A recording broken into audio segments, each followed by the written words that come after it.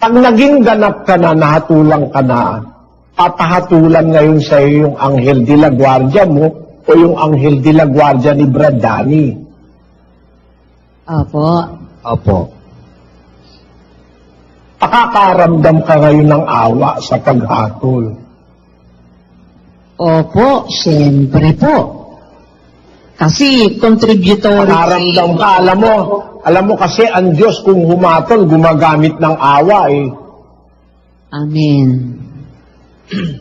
2:13 ng Santiago. Sapagkat ang paghuhukom ay walang awa doon sa hindi nagpakita ng awa. Ang awa ay lumuluwalhati laban sa paghuhukom.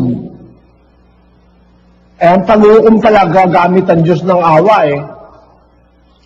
At yung awa, lumuluwalhati yun laban sa paghuhukom. Kung nagpakita ka ng awa, makakakita ka rin ng awa. Pangako ni Kristo yun eh. Mapalad ang mahabagin, sila'y kakahabagan. Blessed are the merciful, for they shall obtain mercy. At ang pinakamatinding halaga ng awa eh, makasumpo ka ng awa ng Diyos sa araw mismo ng paghukom.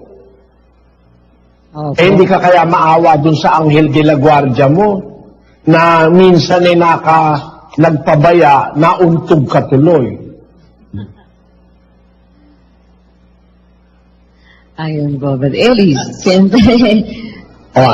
Halimbawa, sabi niya, kapatid, sabi nung anghel, alam mo kaya ka nauntog noon, nakaligtaan ko eh.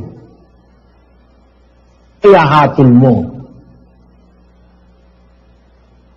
Okay lang po, papatawarin ko siya. Magaling. Ha?